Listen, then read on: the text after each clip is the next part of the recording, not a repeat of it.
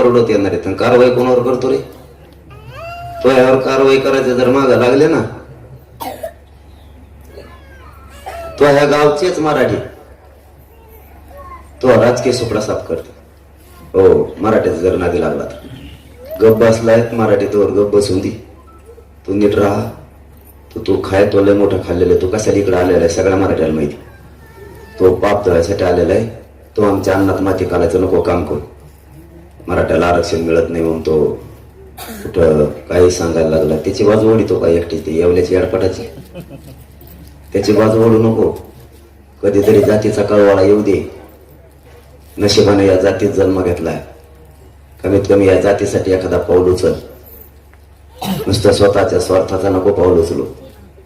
जर तू स्वतःच्या स्वार्थाचं पाऊल उचलायला गेला ना, मराठी राजकीय करिअर मधून जिंदगीतून तुला उठवी दे. कारण मराठ्यांनी ज्याचे नादी लागले, मराठ्यांनी जर ठरवलं ना, तर मराठ्यांनी आतापर्यंत चांगल्याचा बंदोबस्त केलाय. तू तर कोणत्या झाडाचा पाला नाही.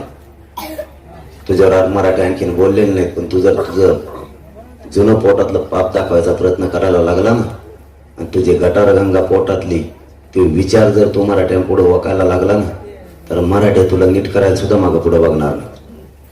त्यांनी भानावर आलं तर बरं होईल. इथून पुढं बोलला की त्याला टप्प्यातच घेणार आहे. मी सुद्धा सोडणार नाही. जर त्याने उद्या काल बी बोलला असं मीडियाच्या बांधवाच्या माध्यमातून कळाले, गप बसला तर ठीक, नाहीतर उद्यापासून तुझ्या सुद्धा मागा लागणार. सोडणार नाही. आणि मराठी तुला सोडणार नाही. मराठीचे शेत असल्यात मग असं देतात म्हणतात, मला माहित नाही पण म्हणतात लोक.